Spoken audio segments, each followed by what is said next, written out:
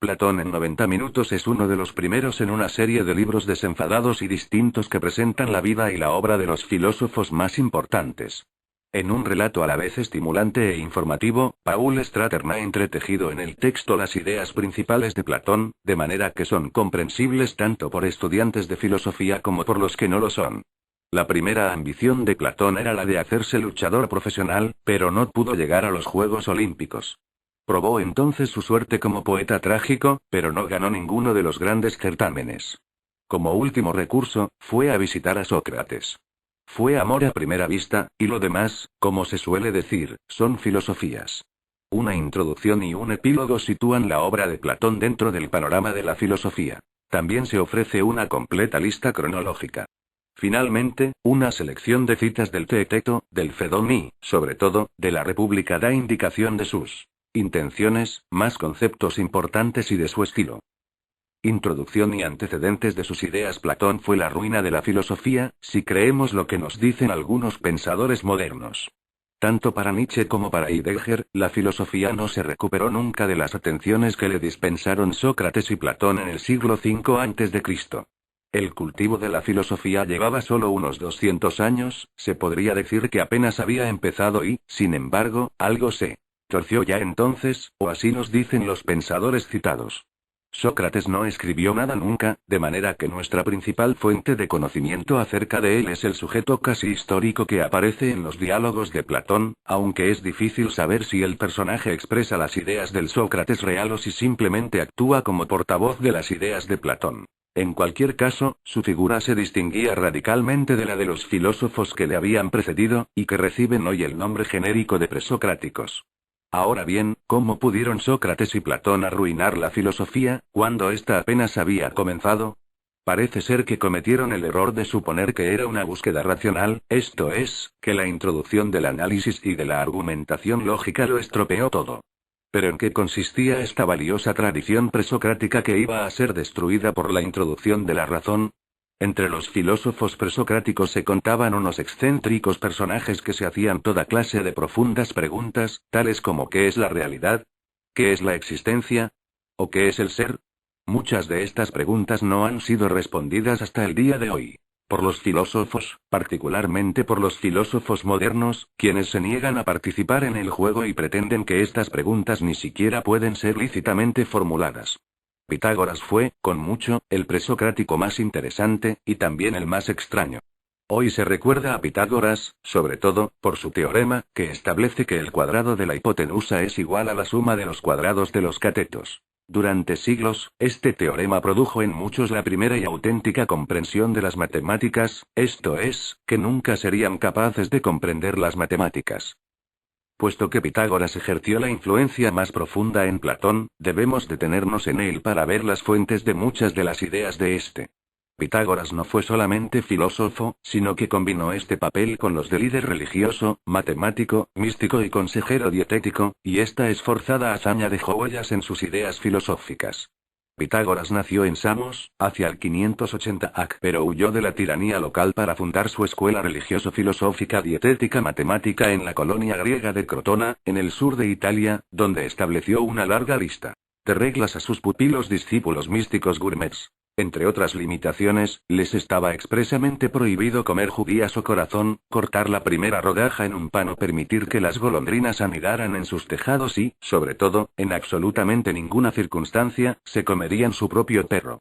Aristóteles cuenta que Pitágoras hizo algunos milagros, aunque, contrariamente a lo usual en él, no da detalles. Por su parte, Bertrand Russell ve en Pitágoras una combinación de Einstein y la señora Eddy, la fundadora de la ciencia cristiana.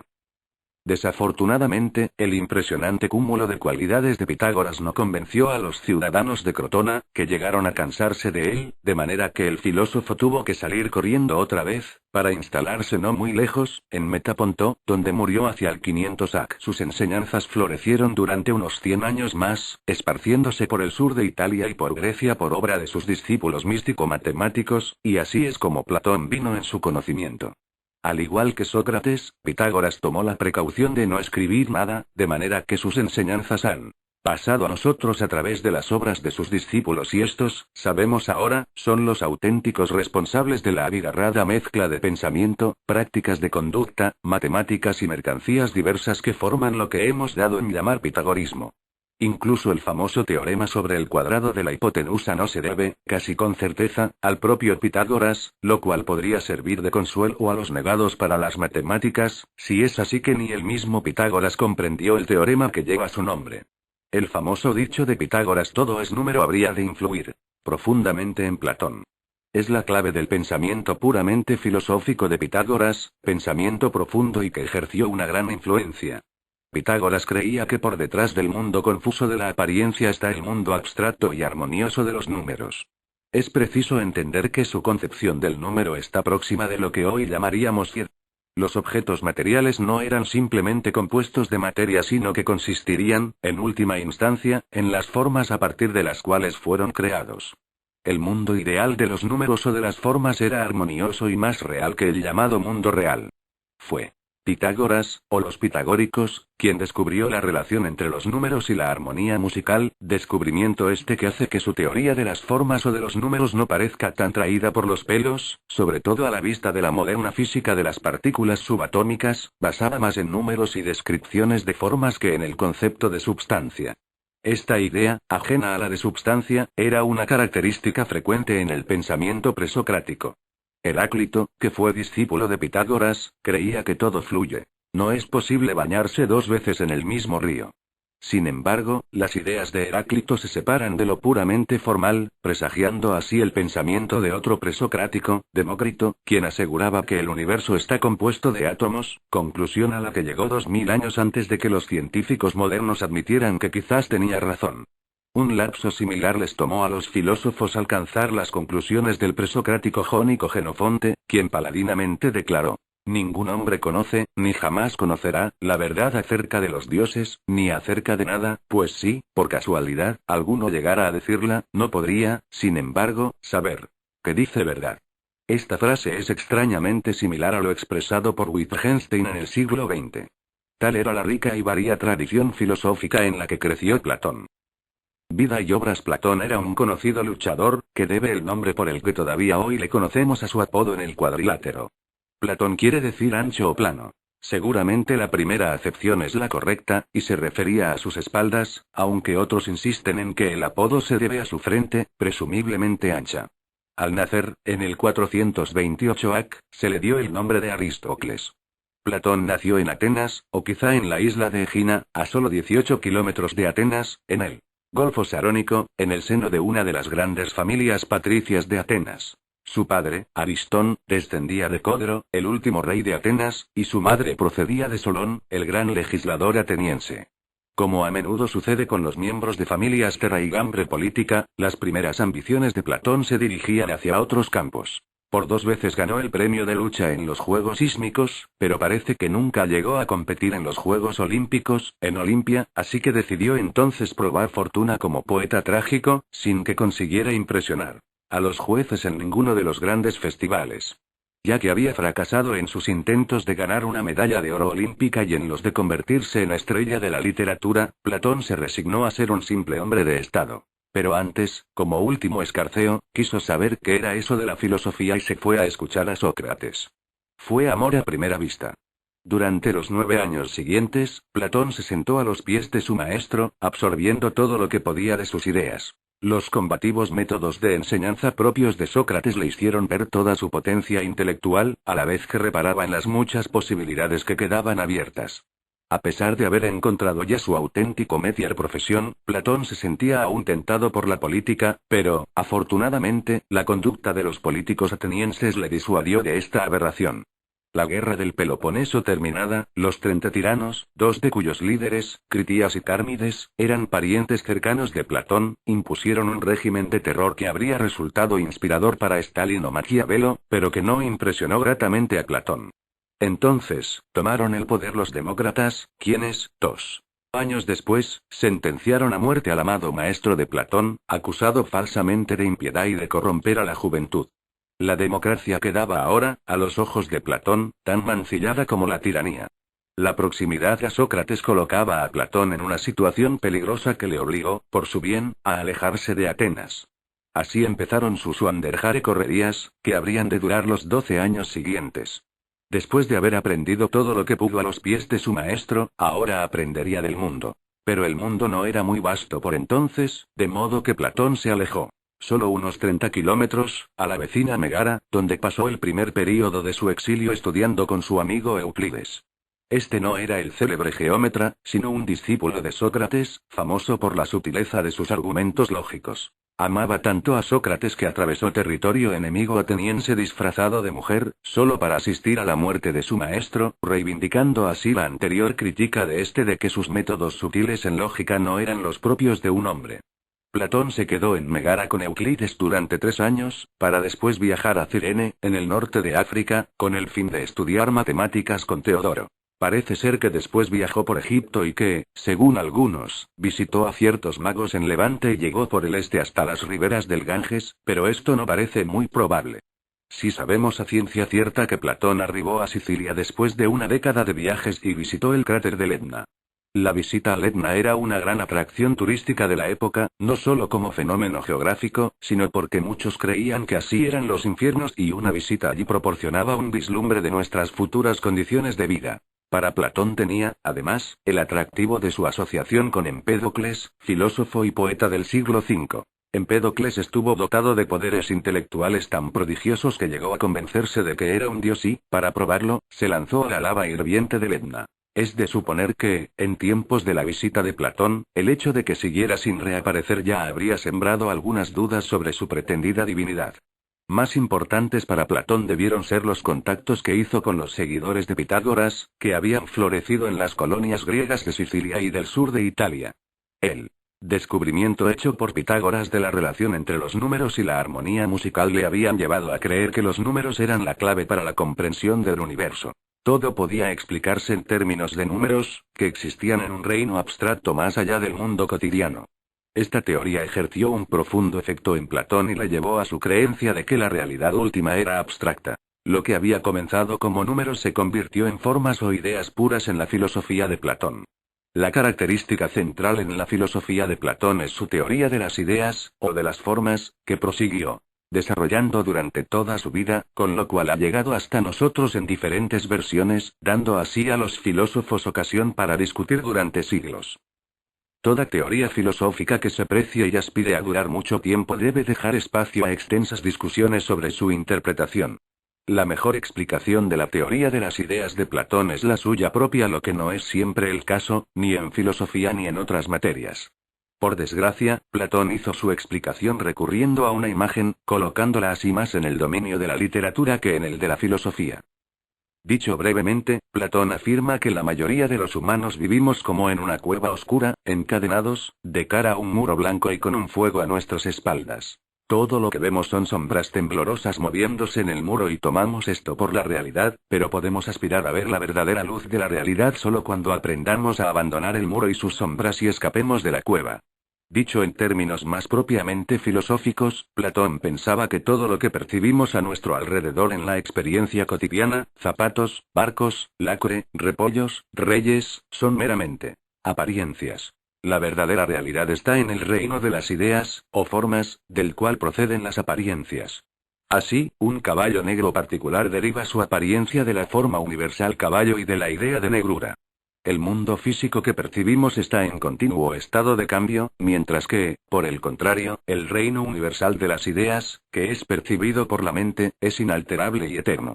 Cada forma, tales como las de redondez, hombre, color, belleza, etc., es como un modelo para los objetos particulares del mundo, mientras que estos objetos particulares son copias imperfectas, siempre cambiantes, de las ideas universales. Podemos refinar nuestras nociones de las ideas universales, empezar a aprehenderlas mejor, por el uso racional de la mente. Así nos acercamos a la realidad luminosa, que está más allá de la cueva oscura de nuestra vida diaria. En el reino de las ideas universales hay una jerarquía, que lleva desde las formas menores a través de ideas abstractas cada vez más sutiles hasta la más alta de ellas, que es la idea del bien.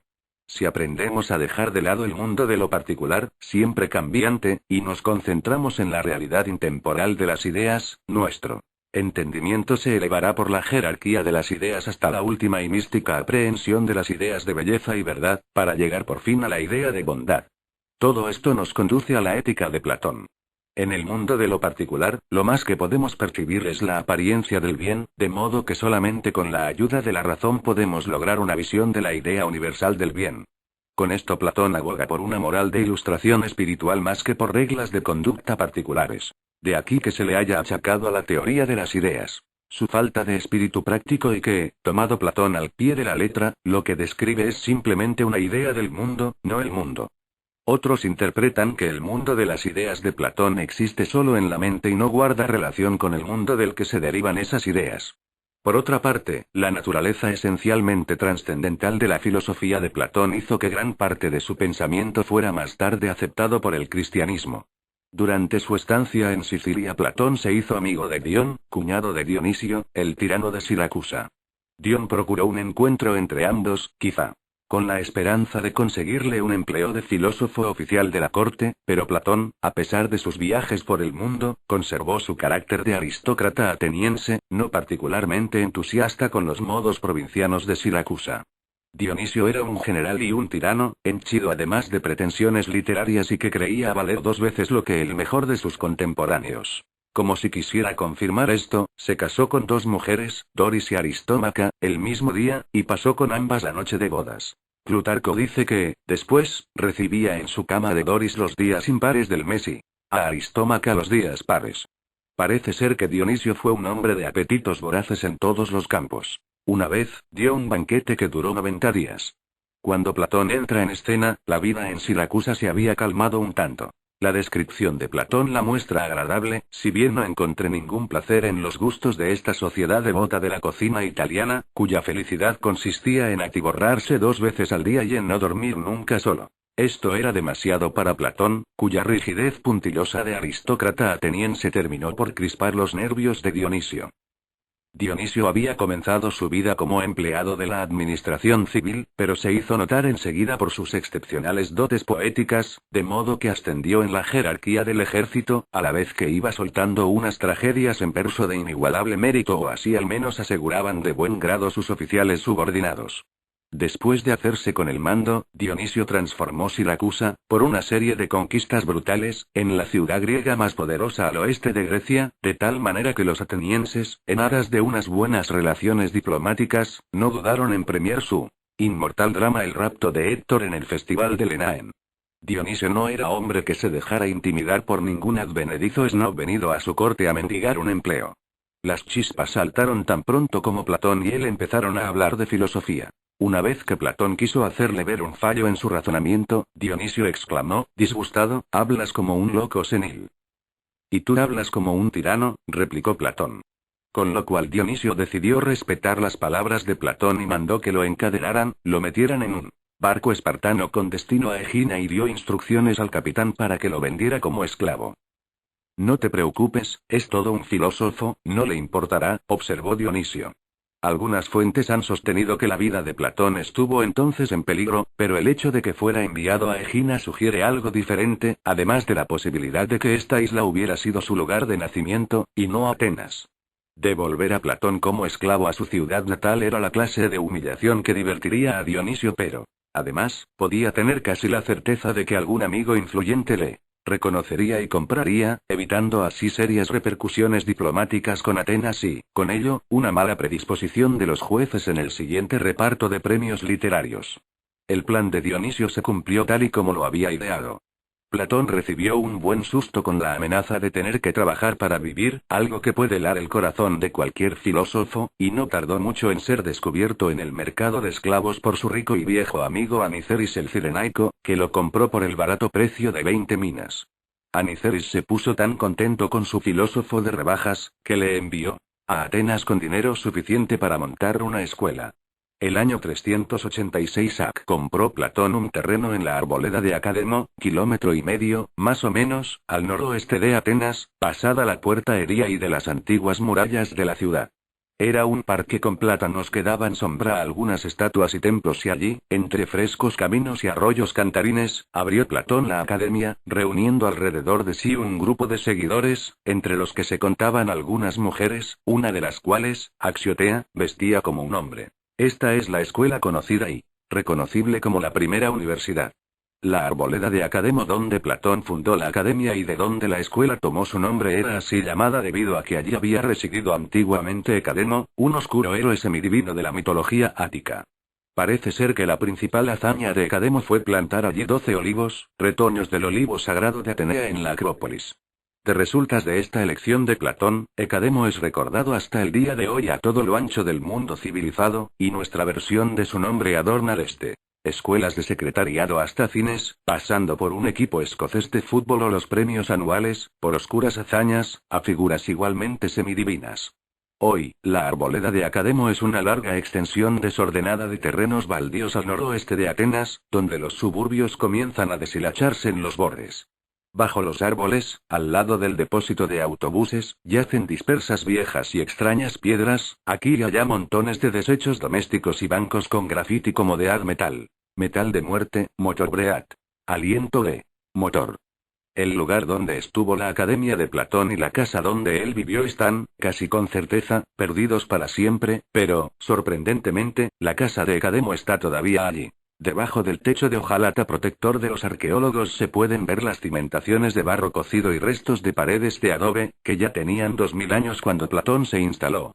A un lado de estos terrenos baldíos hay un campamento moderno en condiciones comparables a las del hogar prehistórico de Ecademo, solo que 4000 años más tarde. Entre chabolas con paredes de cartón y charcos de agua estancada, niños inmigrantes con la cabeza rapada juegan bajo una luz abrasadora, aureolados de moscas, mientras que sus madres, pañuelo en la cabeza y con las piernas arqueadas, se sientan entre la basura para amamantar unos niños desnudos y de piel oscura. ¿Qué es la justicia?, pregunta Platón en su obra más conocida, La República. En este diálogo, Sócrates y un reparto de personajes se reúnen para cenar en la mansión de un magnate jubilado. Para cuando Sócrates entra en la conversación ya han acordado todos que no tiene sentido tratar de definir la justicia sino dentro del contexto más amplio de sociedad. Sócrates se dispone a describir su idea de una sociedad justa. Se supone que los primeros diálogos escritos por Platón, pero con Sócrates en el papel estelar, contienen las ideas de Sócrates, mientras que en los diálogos medios y más tardíos estas ideas sufren una especie de transformación, de modo que las ideas expuestas por Sócrates son las propias de Platón. La República es el más bello entre los diálogos del período medio. En el curso de sus prescripciones para una sociedad justa, Platón expone sus ideas sobre tópicos tan varios como la libertad de palabra, el feminismo, el control de la natalidad, propiedad pública y privada y muchos más. Precisamente el género de asunto que uno trataría de evitar a toda costa en una cena agradable, aunque pronto descubrimos que no va a resultar una velada precisamente agradable y que la sociedad allí propuesta tampoco es muy placentera. Las opiniones de Platón sobre los tópicos mencionados son opuestas a las mantenidas hoy por todo el que no sea un fanático o un chiflado. En la república ideal de Platón no habría propiedad ni matrimonio, salvo para los órdenes inferiores, los únicos adecuados para tales menesteres. Se separaría a los niños de sus madres y se les educaría en comunidad, de manera que el Estado sería como sus padres y todos los contemporáneos serían sus hermanos y hermanas. Estos bastardos por obligación serían educados en la gimnasia y en la música edificante, nada de música jónica o lidia, solo marchas militares, para instilarles valor y amor a la patria. Todo esto hace que uno se pregunte cómo sería la infancia de Platón y, como era de esperar, Diógenes Laercio nos informa de que el padre de Platón hacía el amor violentamente a su madre y que nunca consiguió ganarla para sí. Aunque lo más seguro es que Platón fuera hijo legítimo, parece ser que su madre tomó pronto un segundo marido y que Platón fue criado en varios hogares, de modo que no es sorprendente que no tuviera apego a la vida en familia. Pero volvamos a la utopía según Platón. A la edad de 20 años, la escoria que no había mostrado el suficiente aprecio por los ejercicios físicos y la música de banda se vería eliminada y enviada a realizar trabajos serviles tales como los de la agricultura o los negocios, con el objeto de alimentar a la comunidad. Mientras, los mejores estudiantes seguirían con el estudio de la aritmética, la geometría y la astronomía durante 10 años más. Enloquecidos por las matemáticas, la siguiente tanda de fracasados sería despachada hacia el ejército. Ahora solo quedaba la creme de la creme, a quienes por 5 años más, hasta la edad de 35, se les permitiría el gran honor de estudiar filosofía. Durante los 15 últimos años se ocuparían del estudio práctico del gobierno, inmersos en los modos del mundo. A los 50 años se les consideraba aptos para gobernar. Estos filósofos gobernantes vivirían juntos en barracas comunales, donde no tendrían posesiones privadas y donde podrían dormir con quien quisieran. Habría completa igualdad entre hombres y mujeres, aunque en otro diálogo a Platón se le escapa decir que si el alma no vive justamente en un hombre durante el tiempo que le es asignado, pasa al cuerpo de una mujer. Al vivir en comunidad y al no tener intereses personales, esta élite sería insobornable y su única ambición sería la de asegurar la justicia en el Estado. De entre esta élite se escogería el jefe del Estado, el filósofo rey. Todo esto era una receta segura para el desastre, incluso para una pequeña ciudad-estado, a 15 kilómetros del mar, donde esta experiencia habría de tener lugar. Sería, en el mejor de los casos, un aburrimiento entontecedor, una vez expulsados todos los poetas, dramaturgos e intérpretes del tipo equivocado de música y hasta los abogados, de modo que ni siquiera podrías querellarte. Y en el peor, una pesadilla totalitaria que generaría con rapidez los desagradables métodos habitualmente necesarios para mantener un régimen tan impopular. Visto desde una perspectiva posterior, es fácil encontrar fallos en esta severa fantasía infantil. La misma descripción de Platón le enreda en contradicciones. Se excluía a los poetas, pero el propio Platón recurre a soberbias imágenes poéticas en el desarrollo de sus argumentos.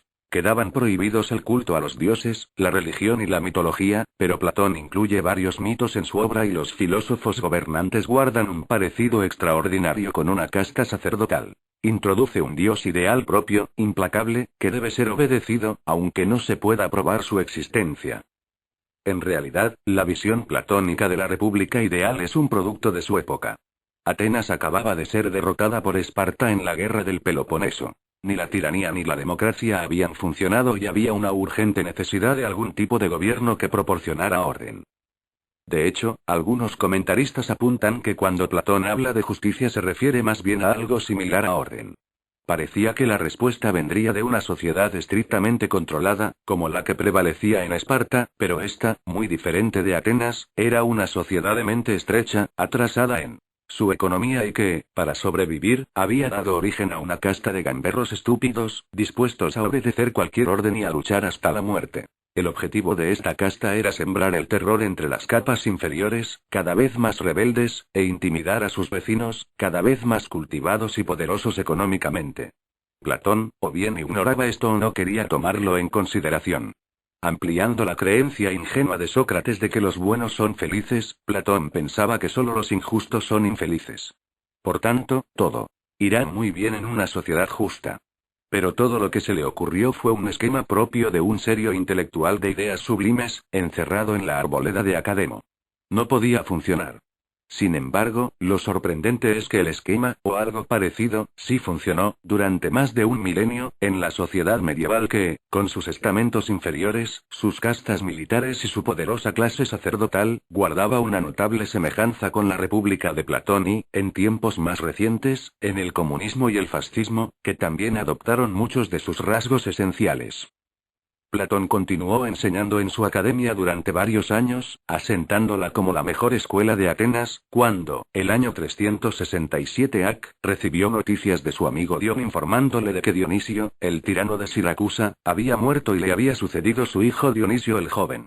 Dionisio el joven había permanecido encerrado por su padre largos años, con la idea de frustrarle cualquier ambición que pudiera albergar sobre una sucesión antes de tiempo. Encarcelado en el Palacio Real, Dionisio el joven pasó sus días laboriosamente, serrando maderas con las que construía mesas y sillas. Dion pensó que esta era la oportunidad perfecta para Platón. Por fin contaba con el gobernante ideal para instruirle en los modos del filósofo rey, puesto que su mente no había sido confundida con otras ideas o con ninguna idea, al parecer. Por fin podría Platón llevar a la práctica su república teórica. No le pareció a Platón que esta perspectiva fuera particularmente atrayente, aunque, a la postre, Platón accedió a las súplicas de su amigo, por temor de perder mi autoestima y de pensar de mí mismo que era hombre de solo palabras, incapaz de llevarlas a la práctica. 20 años después de su primera visita, el filósofo, ya con 61 años, emprendió el largo viaje a Sicilia. Platón descubrió a su llegada que la corte de Dionisio el joven era un hervidero de intrigas.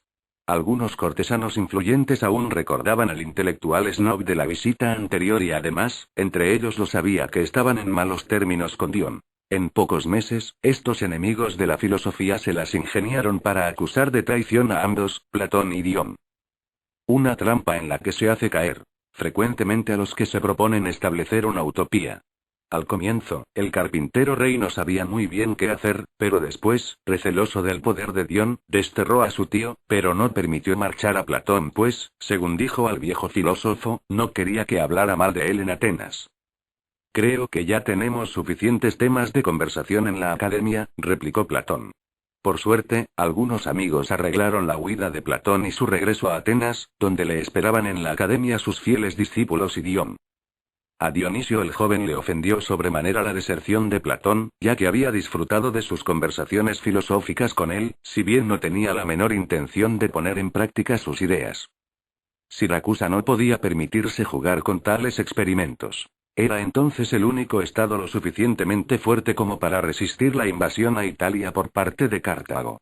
El curso de la historia podría haber sido completamente distinto si se hubiera intentado ensayar la República de Platón en Siracusa, aunque no con los resultados previstos por él. Vencida Siracusa, Cartago habría tenido vía libre para invadir Italia y aplastar la República Romana en embrión, de modo que Europa podría haber pasado a formar parte de un imperio africano durante unos cuantos siglos. Parece ser que Dionisio el joven se había forjado con Platón una imagen de padre y estaba celoso de su afecto por su tío Dion, así que se empeñó en acosar a Platón pidiéndole que regresara a Siracusa. Consternado, Dionisio aseguraba a todos los que se dispusieran a escucharle y estos no son pocos cuando se es rey, aunque llevara meses fastidiosamente consternado que su vida ya no valía nada sin la compañía de su profesor filósofo. Finalmente, Dionisio envió su trireme más rápida a Atenas, con la amenaza de confiscar todas las propiedades de Dion en Siracusa, que eran muchas, si Platón no venía a verle. Platón, ya de 71 años, dejando a un lado su sano juicio, puso rumbo a Siracusa. Parece que se dejó persuadir por Dion, a quien quizá le preocuparon entonces otros cuidados más que la posibilidad de instaurar la utopía de Platón y demostrar a los tiranos la primacía del alma sobre el cuerpo. En poco tiempo, Platón se vio otra vez virtualmente prisionero en Siracusa, sin duda rehusando atiborrarse 2 veces al día de cocina italiana y expulsando cada noche, irritado, indeseables de su cama. De nuevo habría de ser salvado, esta vez con la ayuda de un compasivo pitagórico de Taranto, que aprovechó la oscuridad de la noche para rescatarlo con su trireme. El anciano filósofo surcó el mar a toda velocidad hacia la seguridad de Atenas, los bravos galeotes jadeando bajo el látigo. Años más tarde Dion tendría éxito en lo que quizás había sido siempre su objetivo. Invadió Siracusa, expulsó a Dionisio el joven y se adueñó del poder. Intentó instaurar la República de Platón, ahora que por fin tenía la oportunidad. Parece que no, aunque la justicia poética triunfaría donde la justicia platónica no pudo. Dion fue pronto asesinado, traicionado, lo que no deja de ser curioso, por un antiguo discípulo de Platón. Así terminaron las salidas de Platón a la arena política, de modo que el imperio romano podía quedar a salvo. Sin embargo, sus no probadas teorías servirían de modelo al mundo medieval que había de nacer del imperio romano. Después, Stalin, Hitler y similares contarían con un precedente para sus empeños. ¿Quiere decir esto que Platón estaba por completo equivocado? Él pensaba que el conocimiento y la comprensión verdaderos podían ser aprehendidos solo por el intelecto, y no por los sentidos, con lo que se hace difícil entender por qué se mezcló en política. Su posición filosófica era incompatible con la política. Si bien, por otra parte, pensaba que no terminarán nunca los problemas de los hombres a menos que los filósofos gobiernen o que los gobernantes estudien filosofía, el resultado práctico ha sido precisamente lo opuesto. Los gobernantes inspirados por ideas filosóficas han causado muchos más problemas que los ignorantes de la filosofía. La parte no política de la filosofía de Platón ejerció una gran influencia durante muchos siglos, debido sobre todo a que combinaba bien con el cristianismo y proporcionaba un sólido fundamento filosófico a lo que había comenzado como mera fe.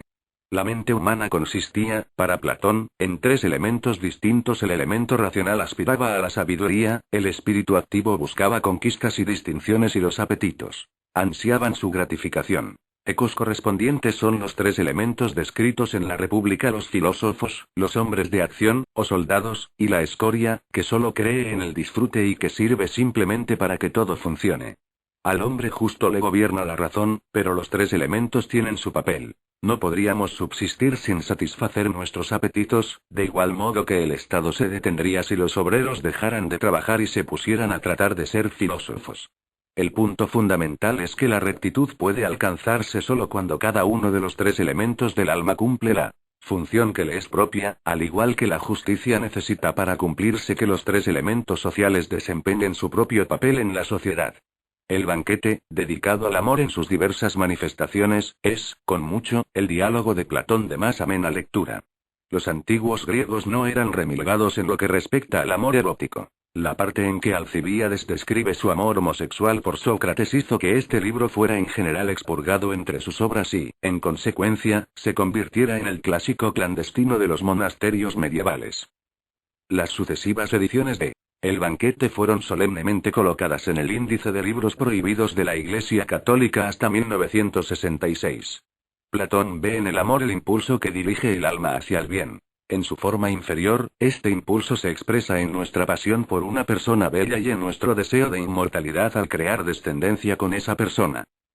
Sin embargo, es difícil ver cómo se aplicaría esta idea al caso de Alcibíades, pues Sócrates no era ninguna belleza, y no tenían posibilidad alguna de descendencia. Una forma más alta de amor es la que implica una unión hacia aspiraciones de naturaleza más espiritual y es la que da origen al bien social. La más alta forma de amor platónico es la dedicación a la filosofía. Su clímax es la consecución de una visión mística de la idea del bien. Las ideas de Platón sobre el amor habrían de ejercer una profunda influencia, en particular con la aparición del amor cortés de los poetas trovadores de la Alta Edad Media, aunque algunos llegan a ver en ellas un primer bosquejo de las fantasías sexuales, más sugerentes, de Freud. Hoy en día, la noción de amor platónico se ha degradado hasta el punto de que ya solo describe una forma casi extinta de atracción entre los sexos. También la teoría de las ideas de Platón, que había de conducirnos a la aprehensión mística de la belleza, la verdad y la bondad, ha perdido gran parte de su grandeza etérea. Algunos críticos observan que esta teoría supone meramente que el mundo funciona igual que el lenguaje, con las palabras abstractas y los conceptos en el nivel más alto, y esto es algo de lo que no nos hemos desprendido totalmente, a pesar de que pudiera ser una suposición equivocada. Platón sugirió que el mundo verdadero no es tal como lo aprehendemos y describimos. ¿Por qué habría de serlo? En realidad, no parece probable que lo sea. Pero ¿cómo podemos saberlo? Platón murió a los 81 años y fue enterrado en la Academia. A pesar de lo improbable de su filosofía, muchos de sus supuestos persisten todavía en nuestra actitud frente al mundo.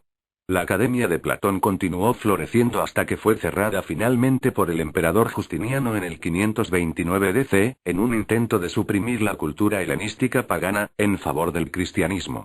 Esta fecha marca, para muchos historiadores, el fin de la cultura greco-romana y el comienzo de la Alta Edad Media. Epílogo. A Sócrates le sigue su discípulo Platón, de igual modo que a Platón le sigue su discípulo Aristóteles, formando así los tres el triunvirato de los grandes filósofos griegos. Aristóteles desarrolló y criticó el pensamiento de Platón, introduciendo muchas ideas suyas y creando en el camino una filosofía propia, aunque la filosofía de Platón, conocida como platonismo, continuó floreciendo en la Academia.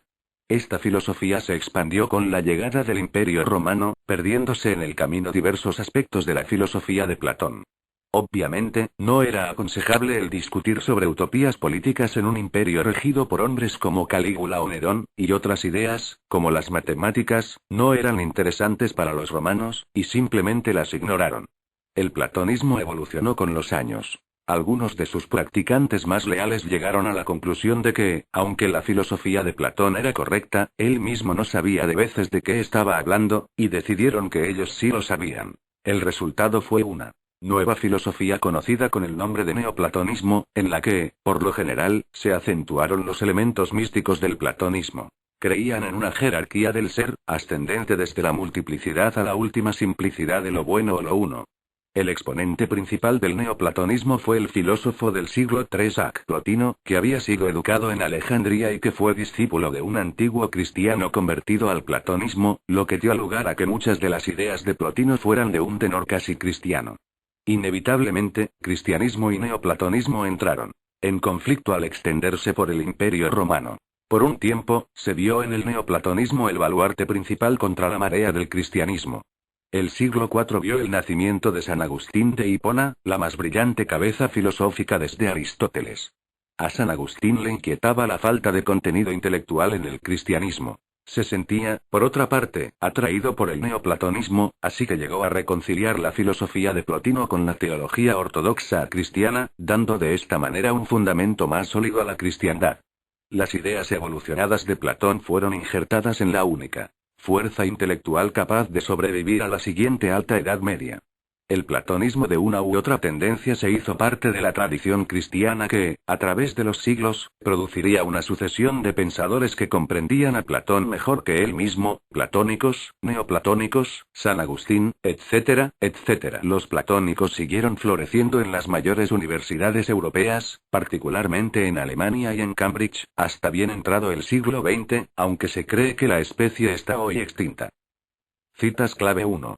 Porque el admirarse es pasión muy propia de filósofo, que no otro es el principio de la filosofía.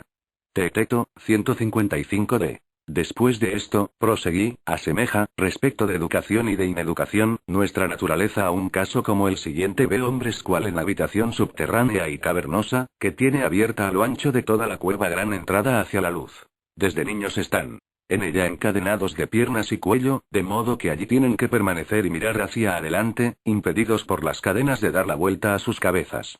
Más luz de leña quemada vieneles desde arriba, desde lejos, y por detrás. Pero entre el fuego y los encadenados hay un camino alto, a lo largo del cual he aquí que hay edificado un pequeño muro semejante a las pantallas que los ilusionistas despliegan ante los hombres, y en las que muestran sus maravillas. Lo veo, dijo. Ve, pues, a hombres transportando a lo largo de este pequeño muro artefactos de toda clase que rebasan el muro, estatuas y otros animales en piedra y en madera, trabajados de varias maneras. Y, como es verosímil, algunos de los portadores hablan. Otros, están callados. Estás hablando, dijo, de desconcertantes hombres y de desconcertantes encadenados. Semejantes a nosotros, repliqué, porque, primero, ¿crees que los tales hayan visto de sí mismos y unos de otros algo más que las sombras proyectadas por el fuego sobre la pared frontal de su cueva? Pero, ¿cómo, si estarían forzados a tener la cabeza inmóvil de por vida? ¿Más, que de lo transportado? ¿No es lo mismo exactamente? ¿Cómo que sí? Si, pues, fueran capaces de dialogar entre sí, ¿no piensas que creerían que, al dar nombres a lo que ven, los están dando a entes mismos? Necesariamente. Pero, ¿qué si la prisión devolviese eco desde la pared frontal? Cuando uno de los transeúntes hablara, ¿crees pensarían que habla otra cosa sino la sombra transeúnte? Yo no, por Júpiter. Dijo. De todo en todo, pues, proseguí, pensarían los tales no ser lo verdadero, sino las sombras de tales enseres. De toda necesidad, dijo. La República, libro séptimo, 514 AC. Hace falta, pues, proseguí, que, si esto es verdad, pensemos en esto otro: que la educación no es lo que algunos afirman, proclamando lo que es. Afirman que, aun no habiendo ciencia en el alma, ellos la meten cual si metieran vista en ojos ciegos. Pues así lo afirman, dijo. Mas el razonamiento presente, añadí, nos indica que tal poder se halla en el alma de cada uno, y que cada uno tiene el órgano con que aprender. Y cual si un ojo no fuera capaz de girar, sino con el cuerpo entero, desde lo oscuro hacia lo luminoso, parecidamente con toda el alma hay que girar desde lo engendrable hasta que el alma llegue a ser capaz de aguantar la contemplación de lo ente y de lo más brillante de lo ente. Afirmamos que esto es precisamente lo bueno. La República, libro séptimo, 518 BC. Dios no es incausable. La República, libro décimo, 617 No se te pase por alto que se ha de agradar a los hombres, para hacer algo. Mas la arrogancia cohabita con la soledad. Cartas, If, 321 Y justo, Glaucón, creo que dirémoslo, es un varón de la misma manera como es justa una ciudad. Y esto también de toda necesidad. Mas no hemos olvidado el que aquella era justa por hacer cada uno de sus géneros, los tres, cada uno lo suyo. Me parece que no lo hemos olvidado. Luego hemos de recordar que también cuando cada uno de nuestros géneros haga lo suyo, será cada uno justo y estará haciendo lo suyo. La República, libro cuarto, 441 Pues bien, no es lo propio de lo racional el gobernar, porque él es lo sabio y lo que tiene providencia sobre el alma. Mas lo propio de lo corajudo es ser obediente y aliado de aquel. Y estos dos géneros, así alimentados y habiendo aprendido verdaderamente lo suyo y, educados, manden sobre lo apetente que en cada uno constituye lo más de su alma y es, por naturaleza, lo más insaciable de riquezas. Vigilen el que no se harte, haciéndose grande y fuerte, de los llamados placeres corporales, y no haga su quehacer, sino intente esclavizar y gobernar sobre lo que no conviene a su género, y trastorne de todo en todo la vida de todos. La República, libro cuarto, 441 441 442 Sueño por sueño, escucha. Me parece haber oído a algunos que no había razonamiento sobre algo así como los elementos primarios de que nosotros y lo demás se compone, porque solo habría de darse nombre a cada uno tomado el mismo en cuanto mismo, sin poder atribuirle nada diverso, ni que es ni que no es. Ya que esto fuera atribuirle esencia o no esencia. Ahora bien, es imposible expresar en razonamiento uno cualquiera de los primarios. No queda sino el darle nombre, porque nombre es lo único que tienen. Empero las cosas compuestas de ellos, así como son de complejas, otro tanto los nombres de ellas resultan razón compleja, ya que la esencia de razonamiento consiste en complexión de nombres. Teeteto, 20 le. 202b. Y digo cuál es esta manera si al ver uno algo, al oír, o al tener cualquiera otra sensación, conoce no tan solo eso, sino además piensa en otra cosa acerca de la cual no versa el conocimiento interior, sino otra diferente, no afirmaríamos con justeza que se recuerda de aquello en que pensó. Es necesario, pues, que preconozcamos lo igual antes del tiempo, en que, viendo las cosas iguales, caímos en cuenta de que tales cosas propenden a ser cual lo igual, mas se quedan en deficientes. Así es. Mas también coincidimos en que ni pensamos ni pudimos pensar en ello, sino a partir de ver o tocar o de otra cualquiera de las sensaciones. Digo lo mismo respecto de todo ello. Todo es lo mismo, Sócrates, respecto de lo que pretende declarar el argumento. Antes, pues, de comenzar a ver, a oír y todo otro sentir fue menester tenerla. Suerte de haber aprehendido la ciencia de lo que es lo igual mismo, si pretendemos, partiendo de lo sensiblemente igual, llegar a donde todo tiende a ser como aquello, mas quedóse en deficiente. Así es necesario, Sócrates, a tenor de lo dicho.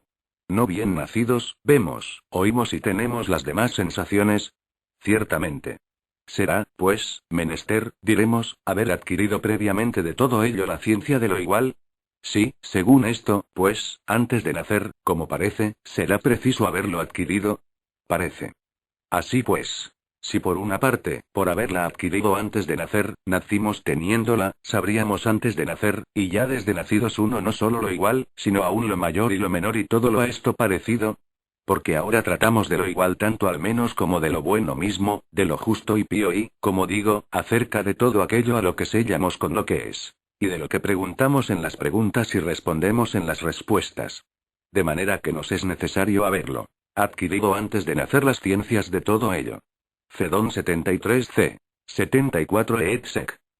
Se cuenta que Sócrates tuvo un sueño en el que un pollo de cisne se sentaba en sus rodillas. Enseguida le creció plumaje y se hizo cisne. Entonces voló profiriendo un grito alto y dulce. Al día siguiente Platón fue presentado a Sócrates como discípulo, y Sócrates le reconoció inmediatamente como el cisne de su sueño. Diógenes Laercio, Vidas de los filósofos. Ilustres, libro 3, 5.